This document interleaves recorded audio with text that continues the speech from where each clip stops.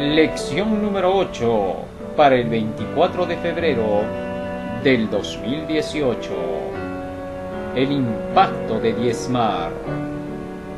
Versículo de memoria. ¿No sabéis que los que trabajan en las cosas sagradas comen del templo y que los que sirven al altar del altar participan? Así también ordenó el Señor a los que anuncian el Evangelio que vivan del Evangelio. Primera de Corintios, capítulo 9, versículo 13 y 14.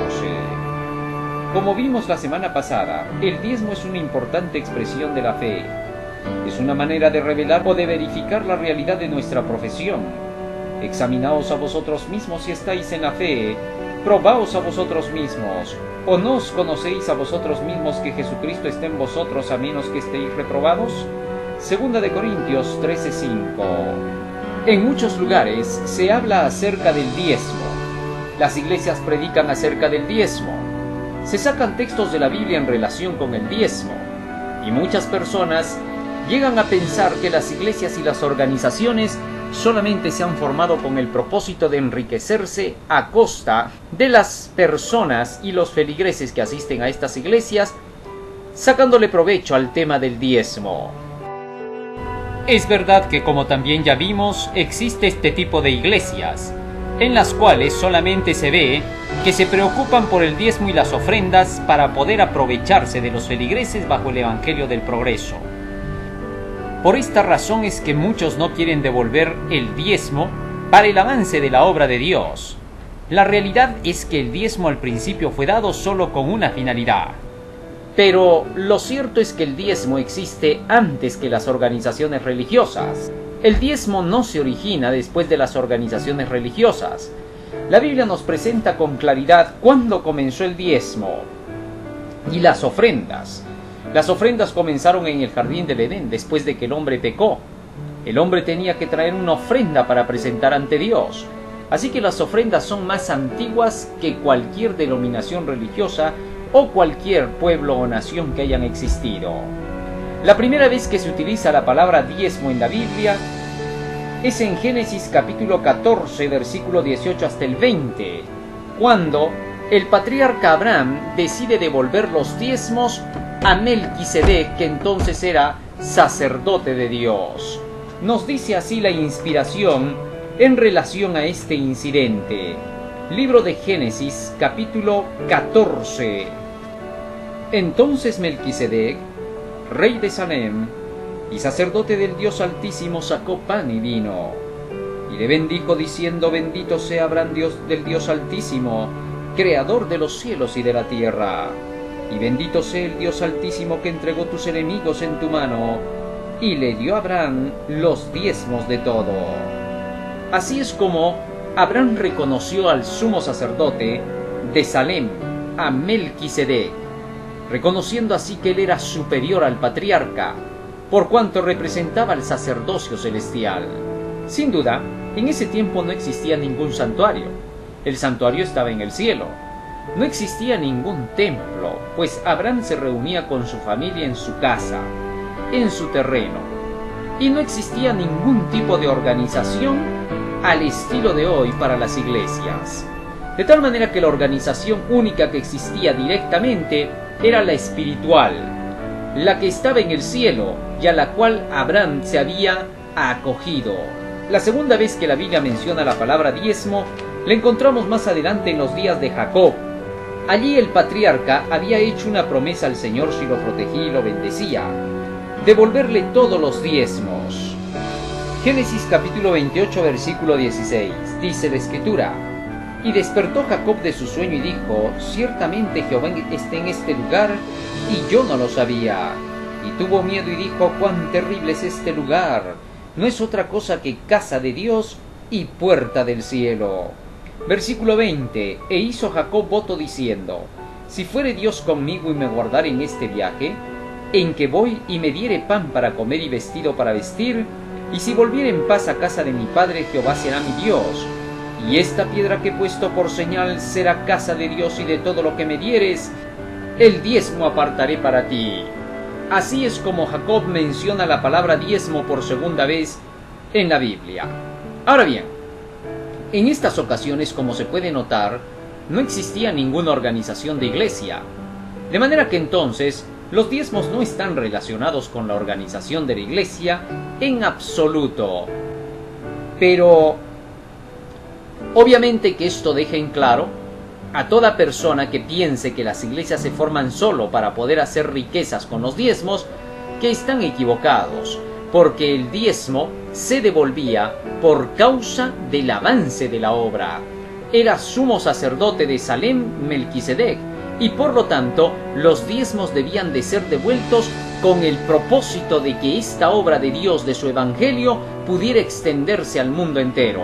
Así es como entonces desde ese tiempo se ve esta obra. Más adelante, en tiempos del apóstol Pablo, de Jesucristo se declara que él pertenecía a la orden de Melquisedec. Y el apóstol Pablo, en relación a ese sistema de Melquisedec, declara que ahora los diezmos se dan para esa orden. Nos dice el apóstol Pablo en relación al diezmo y a Melquisedec. Libro de Hebreos, capítulo 7, versículo 2. A quien asimismo dio Abraham los diezmos de todo, cuyo nombre significa primeramente Rey de Justicia y también Rey de Salem, esto es, Rey de Paz. Versículo 4. Considerad pues cuán grande es este a quien aún Abraham el patriarca dio diezmos del botín. Ciertamente, los de entre los hijos de Leví reciben el sacerdocio, tienen el mandamiento de tomar del pueblo los diezmos según la ley, es decir, de sus hermanos, aunque estos también hayan salido de los lomos de Abraham. Pero aquel cuya genealogía no es contada de entre ellos, tomó de Abraham los diezmos y bendijo al que tenía las promesas. Y sin discusión alguna el menor es bendecido por el mayor. Y aquí ciertamente reciben los diezmos los hombres mortales, pero allí uno de quien se da testimonio de que vive, y por decirlo así, en Abraham pagó el diezmo también Leví, que recibe los diezmos. Con esto se muestra que la orden de Melquisedec era una orden superior a la orden de Leví, y Jesús era perteneciente a esta orden. De manera que entonces ahora los diezmos que se devuelven a la iglesia ya no se devuelven al sacerdocio levítico, ahora se devuelven al sacerdocio de Jesucristo.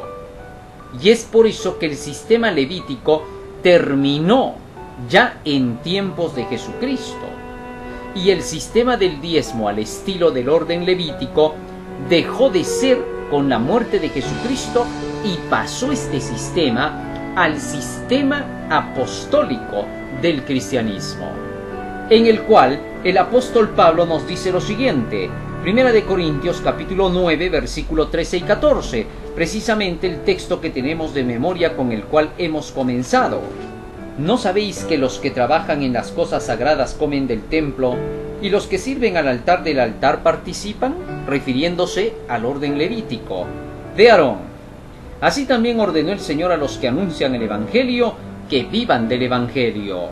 Este nuevo sistema de los que anunciarían el Evangelio serían de aquellos que seguirían a Cristo, que serían sus discípulos, sus siervos, para que la obra continuara avanzando. Así fue a través de todos los tiempos, desde el tiempo de los apóstoles hasta nuestros días. De tal manera que el Evangelio, de tal manera que los diezmos ahora servirían para el mantenimiento y sostenimiento de los que llevarían el Evangelio al mundo entero. Esto significa que el diezmo en sí es el medio por el cual se evangeliza al mundo. De gracia recibisteis, dad de gracia se cumple a través del diezmo, porque entonces, gracias a los diezmos que dan los feligreses, el Evangelio le llega gratuito a todas las personas que necesitan de él. Pero bien, a medida que ha ido pasando el tiempo, esta obra del Evangelio ha hecho posible que la palabra de Dios le llegue a la gente. De tal manera que para que el diezmo pueda funcionar correctamente, tiene que haber un Evangelio que se tenga que anunciar. El Evangelio que se debe de anunciar para nuestros días no es otro que el mensaje de los tres ángeles. El primer ángel, el segundo y el tercer ángeles registrados en Apocalipsis capítulo 14 y que a nosotros como pueblo de Dios nos ha sido encomendado para llevárselo al mundo. Y no tenemos ninguna otra obra que hacer aparte de esta. Nos dice el Espíritu de Profecía en el libro Eventos de los Últimos Días, página 46. En un sentido muy especial, los adventistas del séptimo día han sido colocados en el mundo como centinelas y transmisores de luz. A ellos ha sido confiada la tarea de proclamar la última amonestación a un mundo que perece. La palabra de Dios proyecta sobre ellos una luz maravillosa. Una obra de la mayor importancia les ha sido confiada: proclamar los mensajes del primero, segundo y tercer ángeles. Ninguna otra obra puede ser comparada con esta, y nada debe desviar nuestra atención de ella. Joyas de los Testimonios, tomo 3, página 288, Eventos de los Últimos Días, página 46 y 47. Sin duda, la proclamación del mensaje de los tres ángeles es clave en todo esto, por cuanto la proclamación de este mensaje es el mensaje salvador. A todos estos mensajes de los tres ángeles se les conoce con el nombre de la justificación por la fe. ¿Por qué? El mensaje del primer ángel nos habla de la hora del juicio y nos lleva a temer a Dios y darle gloria y adorar al Creador. Todo esto se hace por la fe, de tal manera que llegamos a temerle a Dios, que es guardar sus mandamientos, darle gloria, dar frutos de justicia y adorar al Creador guardando el sábado, porque ha llegado la hora del juicio en que Cristo será nuestro abogado e intercesor. Y por la fe en nuestro abogado, podemos salir nosotros inocentes en esta hora del juicio. Así que proclamar la hora del juicio es proclamar la justicia que es por la fe en Jesucristo. Denunciamos a Babilonia en el mensaje del segundo ángel un sistema que quiso imponer la salvación por las obras. Así que si queremos hablar de justificación por la fe, tenemos que desmentir la justificación por las obras, denunciando a Babilonia con su idolatría, su creencia en la inmortalidad del alma, donde se enseñaba que la salvación era por las obras que pedían sus dioses y que se creía por medio de la observancia, de la creencia, de lo que enseña Babilonia en relación a su idolatría. Y el guardar el día domingo, que vendría a ser salvación por obras. Y en el mensaje del tercer ángel se denuncia a la bestia, el anticristo, y a su imagen. Esta bestia o anticristo y su imagen representan al sistema católico romano y a las iglesias protestantes que han decidido dejar a Dios para poder salvarse por sus propias obras. Las iglesias protestantes, al igual que la católica, han dejado de obedecer los mandamientos de Dios. La católica ha creado su propio credo, ha creado su propio catecismo, sus propios 10 mandamientos que no son los que Dios enseñó. Así enseña a la gente a salvarse por las obras impuestas por Roma. Mientras que las iglesias protestantes han desechado la ley de Dios y ahora ellos se vuelven buenitos de acuerdo con su conciencia, de acuerdo con su criterio, pero no de acuerdo con los mandamientos de la ley de Dios. A eso se le conoce como salvación por las obras. Así que, cuando denunciamos a la bestia y a su imagen, a la gran Babilonia, y anunciamos que ha llegado la hora del juicio, estamos predicando la justificación por la fe.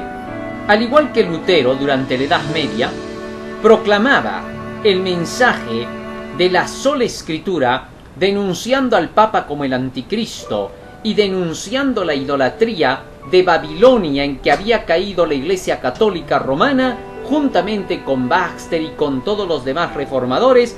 Entonces anunciaban así la justificación por la fe, donde se enseñaba que la salvación era sólo por medio de la fe en Jesucristo y no por las obras que enseñaba la Iglesia Católica junto con aquellas iglesias que se desviaron de la fe. Muy bien. Entendiendo estos mensajes de los tres ángeles, pasamos al día domingo, 18 de febrero. Juntos financiamos la misión. Como pueblo del Señor, no debemos olvidar que Dios y nosotros llevamos adelante esta obra, porque Dios no le ha encomendado esta obra a los ángeles, sino a seres humanos caídos como nosotros, para que tengamos que llevar adelante la proclamación del Evangelio. Y por esa razón es necesario que todos nosotros juntos, pastores y laicos, tengamos que llevar adelante la proclamación del Evangelio. En ningún momento debemos pensar que la predicación del Evangelio solo dependa del ministerio ordenado. No es así. Jesucristo nos ha dado la orden a todos nosotros en Mateo capítulo 28, versículo 19 y 20. Toda potestad me es dada en el cielo y en la tierra. Por tanto, id y haced discípulos a todas las naciones, bautizándolos en el nombre del Padre, del Hijo y del Espíritu Santo. Así Jesucristo nos dio la orden de que tengamos que ir a proclamar el Evangelio a todos. No solamente esta orden era para los discípulos. Nos dice en el deseado de todas las gentes, la mensajera del Señor, que en esta orden que se esbozó, no se le dio solo la orden a los discípulos que estaban presentes, sino a todos aquellos que creerían por el testimonio de los discípulos. Así Jesucristo nos dio la gran comisión, y declaró más, enseñándoles que guarden todas las cosas que os he mandado, y aquí yo estoy con vosotros todos los días hasta el fin del mundo. De manera que todos nosotros estamos llamados a proclamar este Evangelio. Tanto pastores como laicos tenemos que llevar adelante esta misión. Y por esa razón, se nos dice que el diezmo es necesario para que esta misión tenga que ser completada. Nos dice el espíritu de profecía: la devolución del diezmo debe ser constante para que este evangelio pueda predicarse. Y el diezmo solamente sirve para el ministerio, para aquellos que llevan la proclamación del evangelio al mundo. Nos dice el libro Obreros Evangélicos, página 238. El uno razona que el diezmo puede aplicarse a fines escolares. Otros razonan que los colportores deben ser sostenidos por el diezmo. Pero se comete un gran error cuando se aparta el diezmo del objeto al que ha de ser dedicado, a saber, el sostén de los predicadores. Debiera haber ahora en el campo 100 obreros bien calificados donde hay tan solo uno. Así, la palabra del Señor nos muestra a las claras que el diezmo debe de ser solo para el sostén de los predicadores. Así, de esa manera, la Iglesia trabaja en conjunto con los mensajeros de Dios para que el Evangelio pueda ser extendido por toda la tierra. Así es como juntos participamos de la misión. Más aún dice el espíritu de profecía: las instituciones que son los instrumentos de Dios para llevar hacia adelante su obra en la tierra deben ser sostenidas.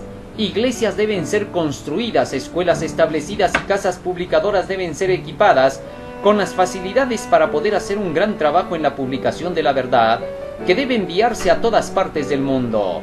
Estas instituciones son ordenadas por Dios y deberían ser sostenidas por los diezmos y las ofrendas liberales. Testimonios para la Iglesia, tomo 4, página 464. De manera que entonces, a través de este diezmo, los predicadores pueden salir a predicar el Evangelio.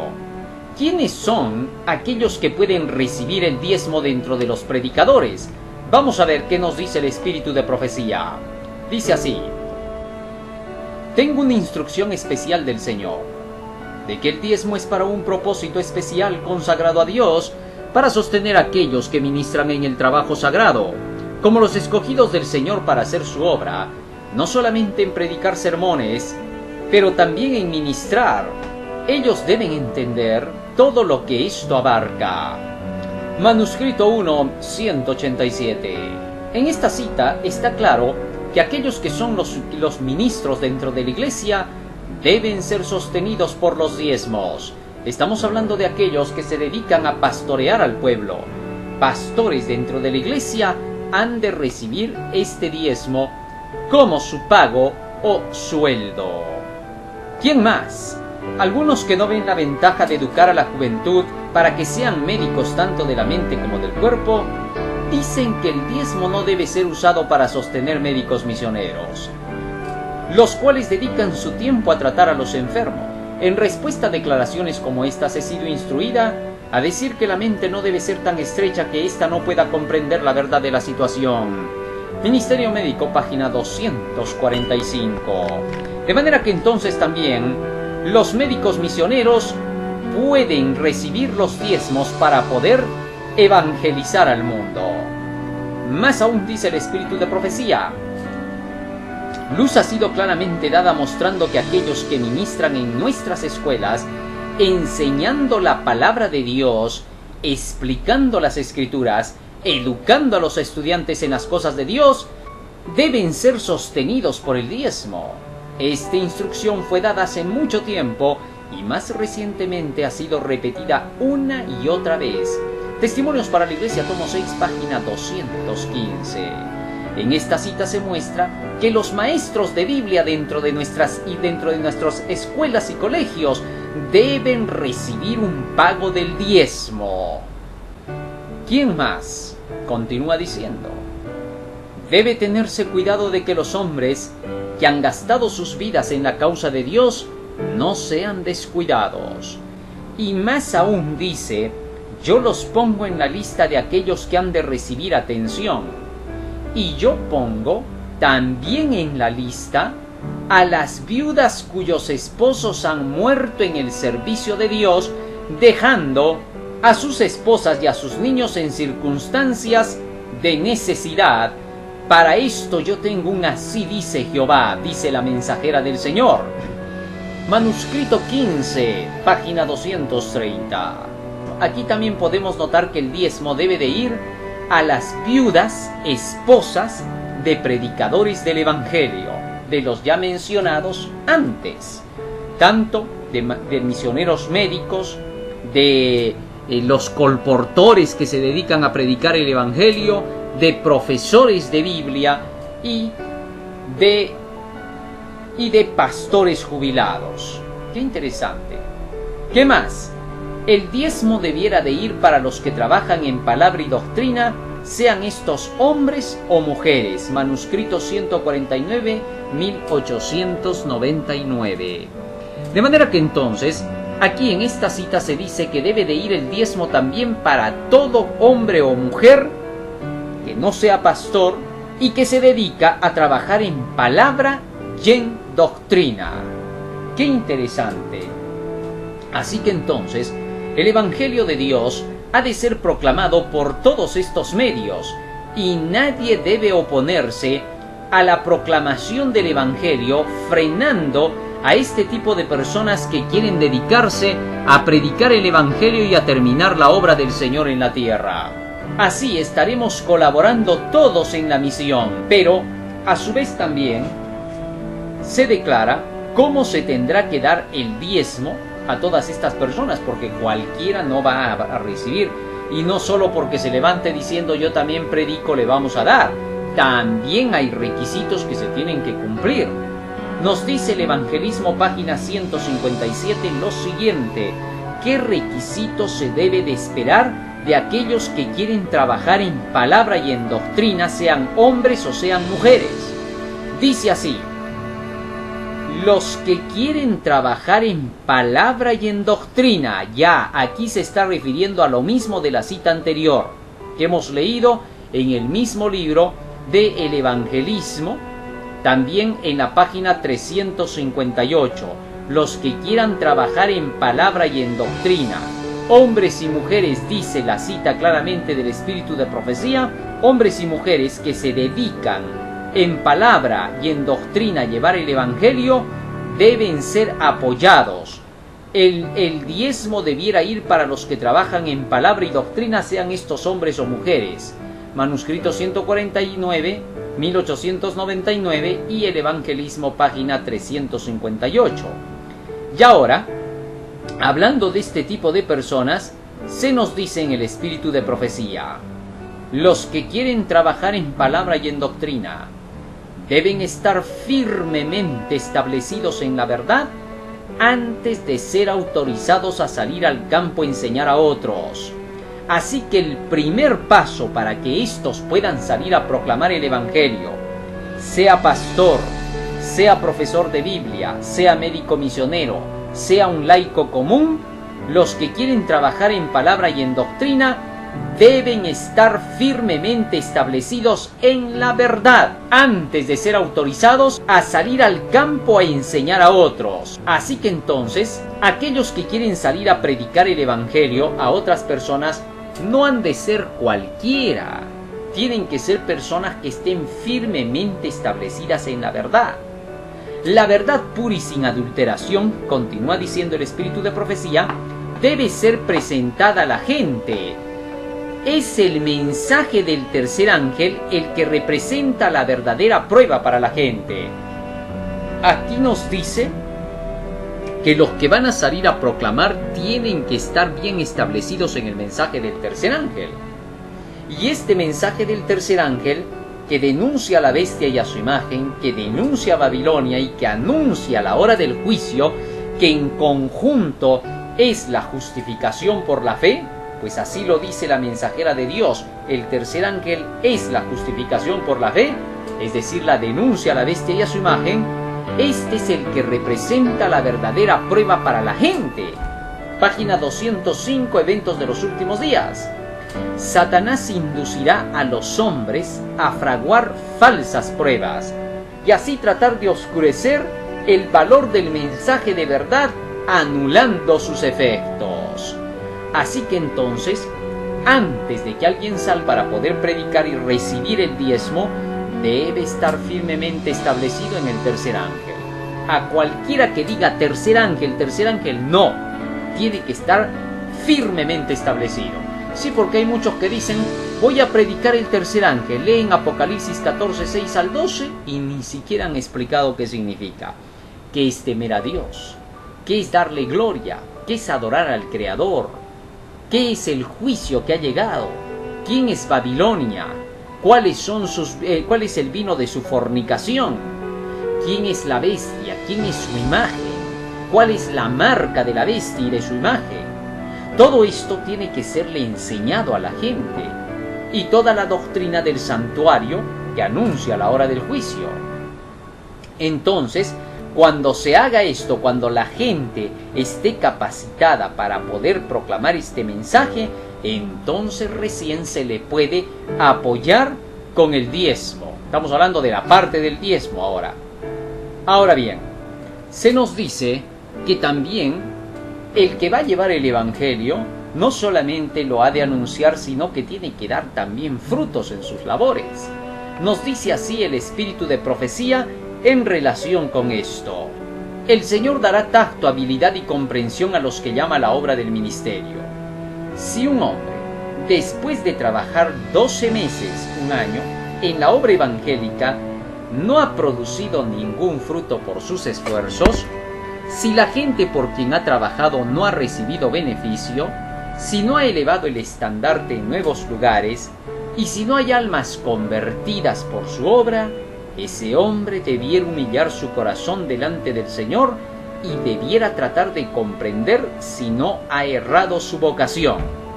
Los sueldos pagados por la asociación debieran darse a los que producen fruto con su trabajo. Así que entonces, para que una persona pueda estar dentro de las labores y ser reconocida, debe en primer lugar dar fruto a su labor. Levantar iglesias, ganar almas, y entonces sabremos que es una persona que está haciendo la labor como debe de ser. No se ha de dar el sueldo así nomás cualquiera.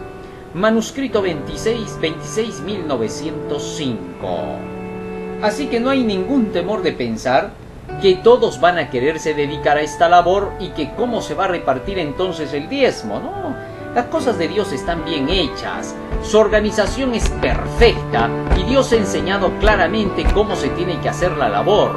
Así que decir que se tiene miedo a que vaya a fallar, no fallará. Ezequiel, cuando vio las ruedas que giraban una rueda dentro de otra rueda, pensó que por un momento estas ruedas chocarían. Se asustó, pero pronto vio una mano que estaba en medio de las ruedas que conducía todo. Así que no debemos de temer que el Señor vaya a fallar. Él sabe cómo conduce su obra. Las reglas están dadas y deben de cumplirse. Por eso, A todo predicador lo probamos primero a la ley y al testimonio para ver si está en armonía lo que predica con lo que dice la palabra del Señor. Y de esta manera podemos estar seguros de que Dios conducirá su obra al noble puerto seguro. Ahora bien, ¿quiénes directamente daremos el diezmo? No se le puede dar a cualquiera que dice ser un pastor, o dice ser un predicador, o un médico misionero, o un laico predicador. Porque para poder dar el diezmo tenemos que saber que los que están predicando estén llevando el mensaje que nos ha sido confiado. De manera que, si cualquier pastor, si cualquier médico misionero, si cualquier profesor de Biblia o laico no está llevando el tercer ángel, no le daremos el diezmo, porque eso es robar a Dios. Mantener a alguien que no se dedica a la labor, el que no trabaja no debe comer, dice el apóstol Pablo.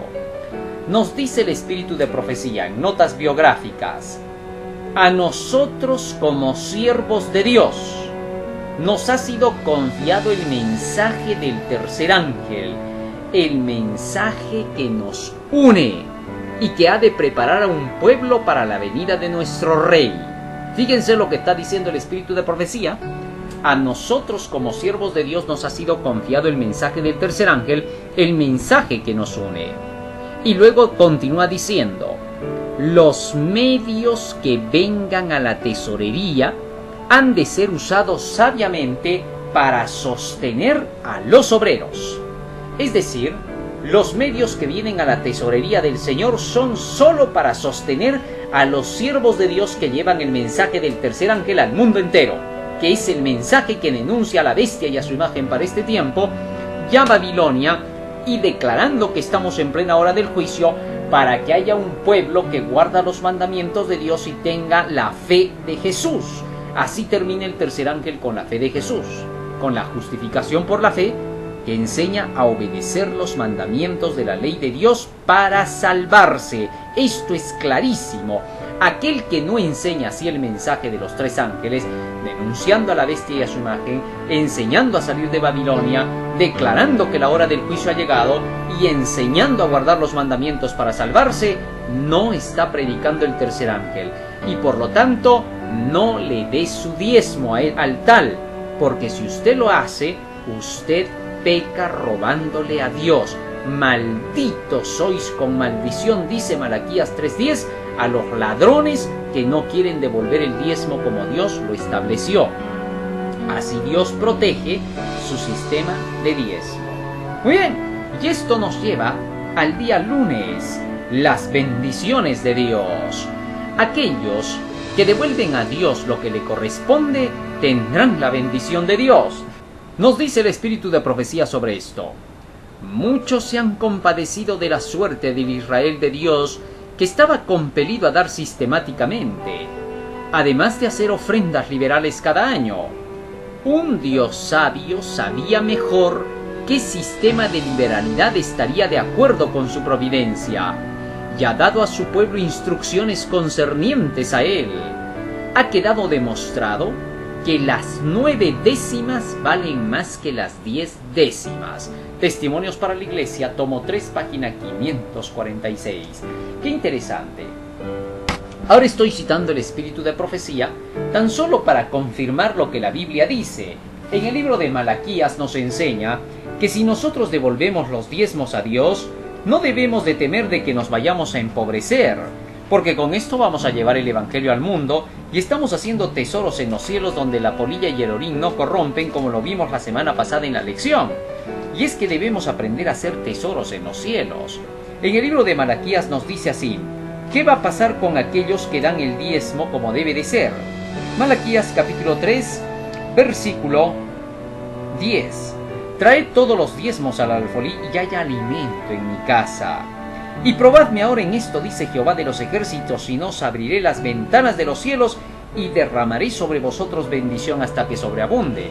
Aquí la bendición es doble, tanto espiritual como también temporal. Y por eso el espíritu de profecía también nos dice Las 9 décimas valen más que las 10 décimas. Y es que esto es una gran verdad. Cuando se devuelve el diezmo, las 9 décimas que quedan aguantan más. Hay bendición. Llegan a alcanzar para todas nuestras necesidades. Pero cuando no devolvemos el diezmo, las 10 décimas no nos alcanzan. Así que los que devuelven el diezmo saben que esto es verdad, porque Dios ama al dador alegre. Así que entonces daremos alegremente cuando conocemos el Evangelio y para qué lo estamos dando. Nunca des el diezmo si no sabes para qué es. El diezmo es para el avance de la obra del Señor. Así que cuando das tu diezmo, tú debes saber que lo estás dando para que se avance con la predicación del Evangelio.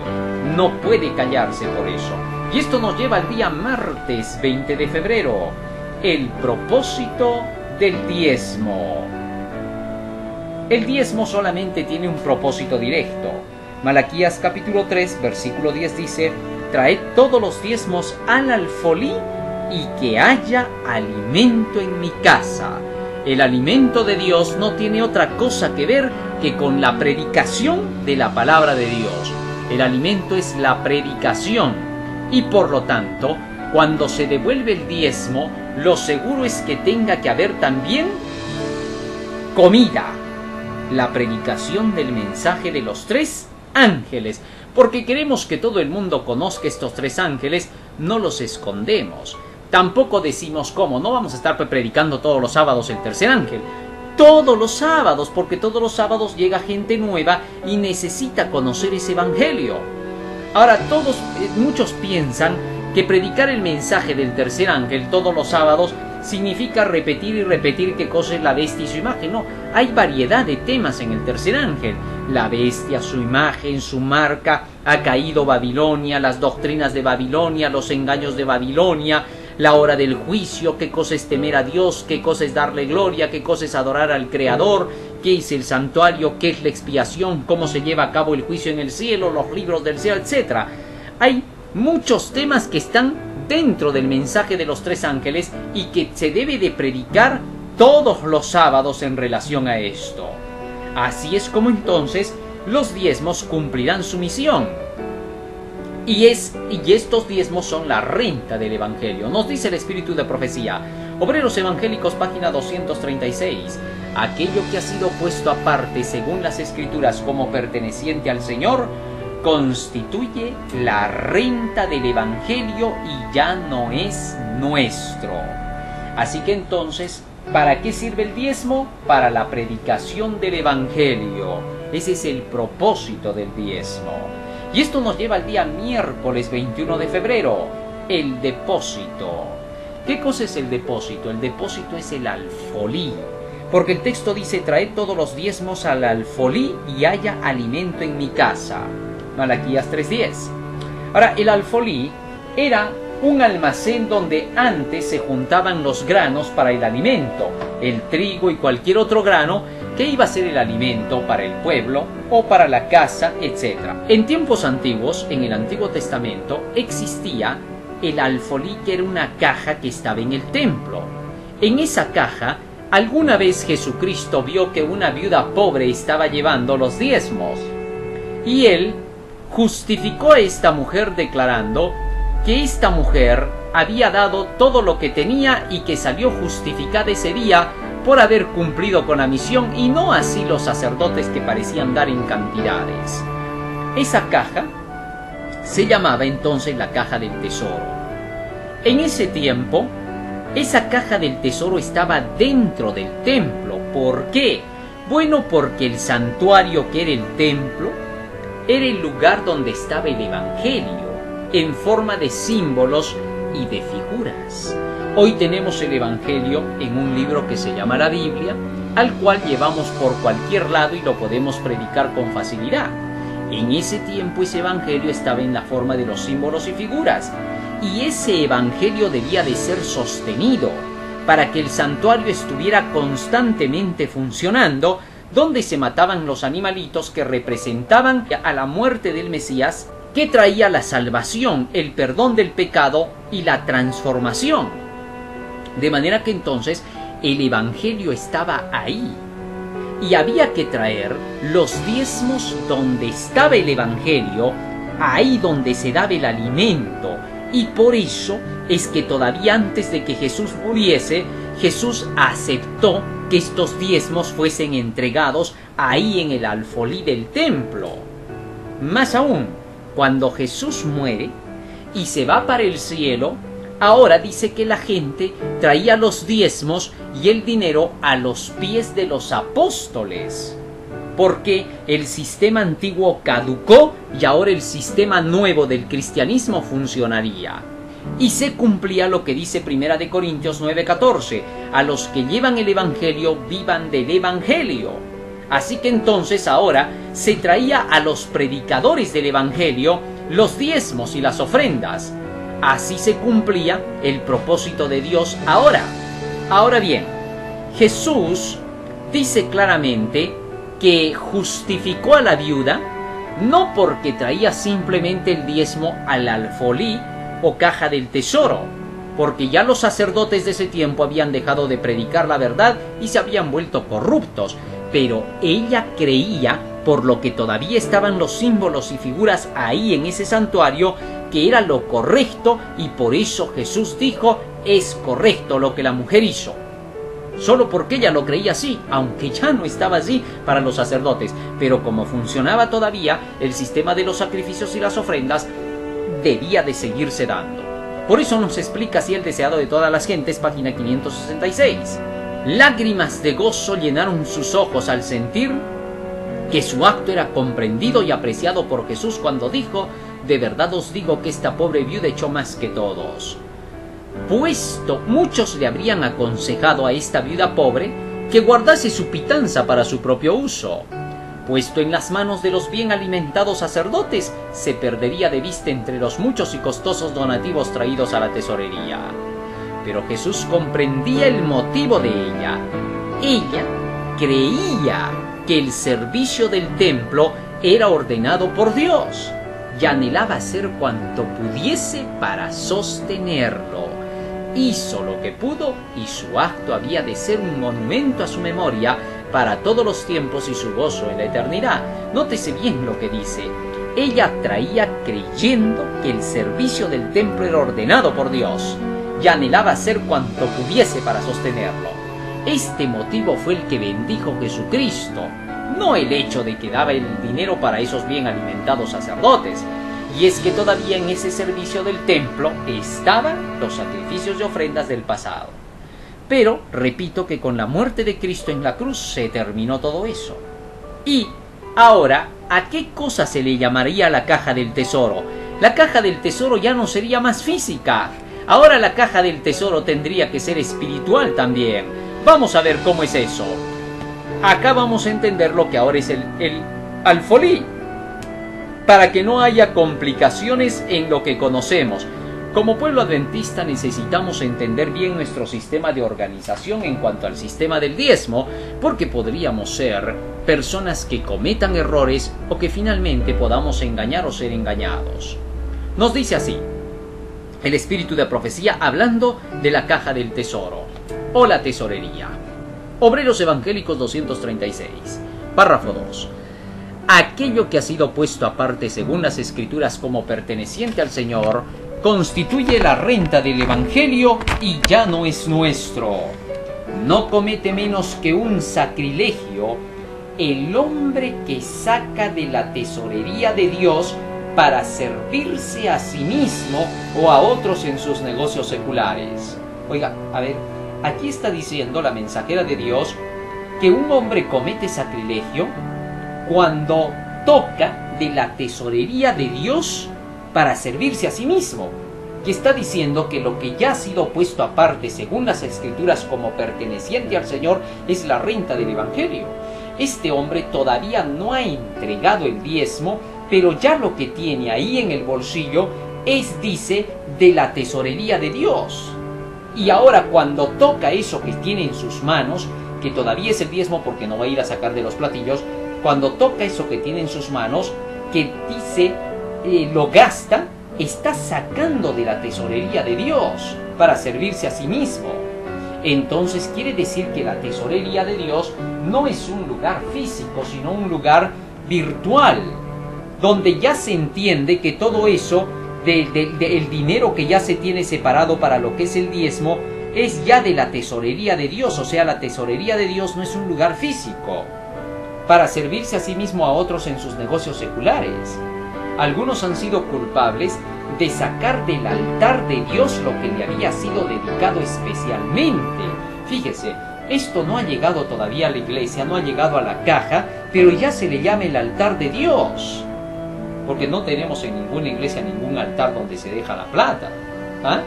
Entonces, el altar de Dios también es aquí algo virtual. Y todavía dice más, todos deben considerar este asunto en la debida luz, cuando se halle en estrecheces, y se está refiriendo a toda la iglesia, no a los dirigentes. No tome nadie dinero consagrado a propósitos religiosos para emplearlo para su propio beneficio, acallando su conciencia con decir que lo devolverá en algún tiempo futuro. Así que entonces aquí se nos dice que la caja del tesoro ya no es una caja física que se encuentre dentro del templo o en algún sitio en especial. Se nos está diciendo que la caja del tesoro ahora es nuestro bolsillo, cuando ya está destinado eso para el diezmo de Dios. ¡Qué interesante! Más aún, ¿con qué se compara ese alfolí y por qué?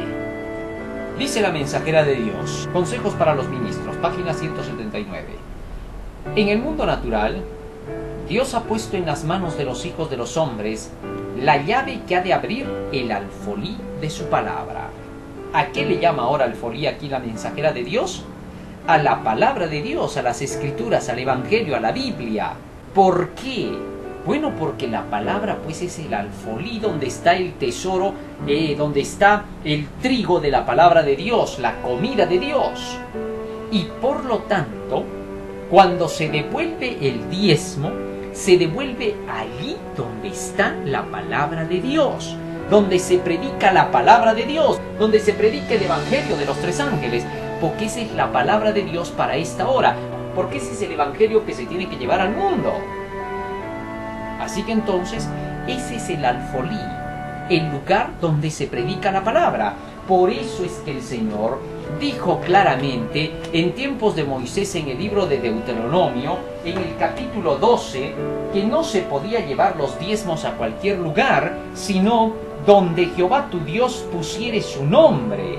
Así nos dice la palabra del Señor. Deuteronomio capítulo 12, versículo 11. Que al lugar que Jehová vuestro Dios escogiere para poner en él su nombre, allí llevaréis todas las cosas que yo os mando, vuestros holocaustos, vuestros sacrificios, vuestros diezmos, las ofrendas elevadas de vuestras manos y todo lo escogido de los votos que hubierais prometido a Jehová. Así que entonces, la palabra del Señor dice que hemos de llevar los diezmos allí donde está el nombre de Dios, es decir, la palabra de Dios, la predicación. En ningún otro sitio más. Pero hay algo todavía más profundo que nos dice el espíritu de profecía. Dice así: los que llevan el mensaje representan al alfolí. ¿Cómo es eso?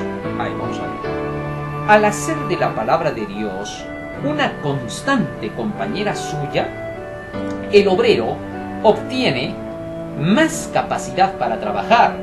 Al adelantar continuamente en conocimiento, viene a ser más capaz de representar a Cristo. Queda fortalecido en fe y puede presentar a los incrédulos una prueba de la plenitud de la gracia y el amor que hay en Cristo.